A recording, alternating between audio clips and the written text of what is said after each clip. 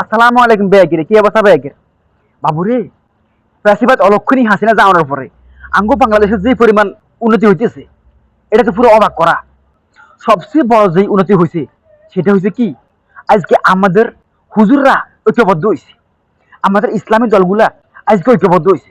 বাবুরে, যে পরিমাণ খুশি আতঙ্ক লাগতেছে, আর তো মনে হয় যে হাসিনা থাকলে আগামী 100 বছরও আমাদের ইসলামী দলগুলা এভাবে ঐক্যবদ্ধ হয়ে থাকতো না। কারণ তার মাথায় যে শয়তানি বুদ্ধি, সে হুজুরের ভিতরে ফেঁসা রাখতো, কিন্তু আজকে সে নাই, আজকে শয়তান নাই, আজকে অলক্ষণী নাই, আজকে আগে হুজুরা তো পুরা ঐক্যবদ্ধ হয়ে গেছে। বাবুরে, জামাত, সর্বনাই, হেফাজত, যত রকম দল আছে এখন সবাই এক, সবার পরিচয় কি একটাই, সবাই মুসলমান। আর অন্যদিকে গতকালকে বাবুরে আমাদের বিজেপি বিএসএফ এর যে ধরাম ধরাইছে, একেবারে ওয়াল ধরাইছে, ওয়াল পা ধরানোর পরে নেই, ওয়াল ধরাইছে, ওয়াল। আর তো মনে হয়েছে বাবুরে, জীবনে আমাদের বাংলাদেশে সবচেয়ে বড় অর্জন এইটা, স্বাধীনের পরে, স্বাধীনের পরে সবচেয়ে বড় অর্জন এটা। এবং আর মনে হয়েছিল যদি যদি আই লটারিতে 100 কোটি নিয়ে জিততাম, আই এত খুশি হইতাম না। কাল গায়ে যে পরিমাণ খুশি হয়েছি, আল্লাহ কাছে আর শুক্রিয়া, আল্লাহ আমার কাছে আর শুক্রিয়া, যে আনন্দ আই পাইছি।